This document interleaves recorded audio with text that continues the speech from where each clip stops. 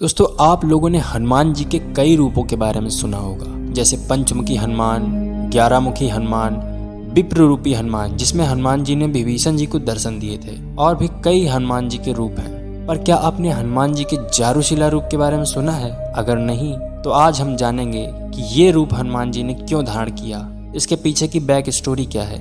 आइए जानते हैं। दोस्तों, सुबह का समय था। अयोध्या का राजमहल एक अलग ही रूप में था। भगवान श्री राम अयोध्या के राजा बन चुके थे और उनके शासन में पूरा नगर सुख, शांति और समृद्धि से परिपूर्ण था। हर गली और चौक पर लोग प्रभु श्री राम की महिमा का गायन करते नजर आते थे। महल के चारों ओर हंस और मोर अपनी खुशी जाहिर करते थे। सूरज की पहली किरण जैसे ही महल के स्वर्ण स्तंभ और दीवारों पर पड़ी, पूरा महल सुनहरे रंग से जगमगा उठा। राजमहल के आंगन में सेवक और सेविका अपने अपने काम में लगे थे। एक ओर मंदिर में वीणा और मृदंग की आवाजें मंगल गीत गा रही थीं, तो दूसरी ओर रसोई से स्वादिष्ट भोजन की खुशबू फैल रही थी। माता सीता अपने कक्ष के बाहर आईं। उनका मन अपने समस्त सेवकाओं और प्रजा के प्रति दया और ममता से भरा रहता था। उनका पहनावा हमेशा उनकी शालीनता और दिव्यता को दर्शाता था। आज उन्होंने पीली साड़ी धारण की थी और उनके माथे पर सिंदूर का तिलक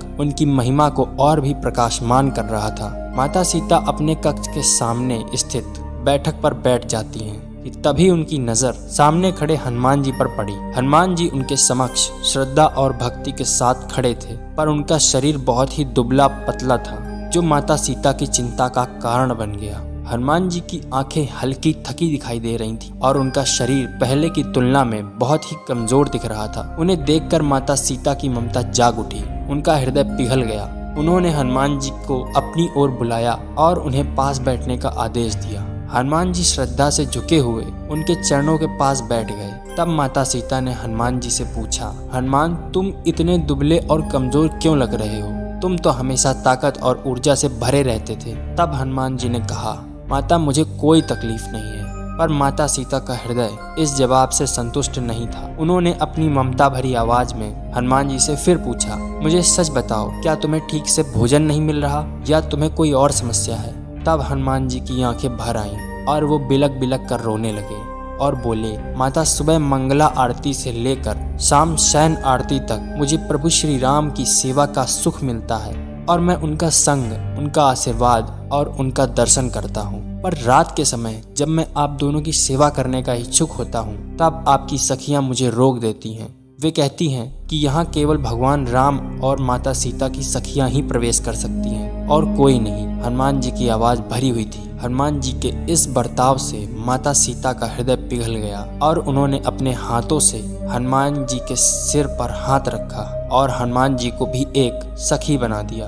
और तब माता सीता ने कहा कि अब तुम्हें मेरी सखियां नहीं रोकेंगी, क्योंकि अब तुम भी एक सखी बन गए हो। तो आज से तुम्हारा नाम जारूशिला होगा और दिन में तुम हनुमान रूप में रहोगे और रात में तुम सखी रूप में भी प्रभु राम की सेवा कर सकोगे। दोस्तों, इस घटना के बाद हनुमान जी जारूशिला के रूप में भगवान राम की सेवा रात में भी करते हैं। दोस्तों, इस कहानी का सोर्स राजेंद्र दास जी महाराज की कथा है। मैं उस वीडियो का लिंक डिस्क्रिप्शन में डाल दूंगा। और अगर आप ये जानना चाहते हो कि बागेश्वर धाम के आगे सरकार क्यों लगाते हैं, तो आप मेरी ये वीडियो देख सकते हो। तब तक के लिए जय श्री राम।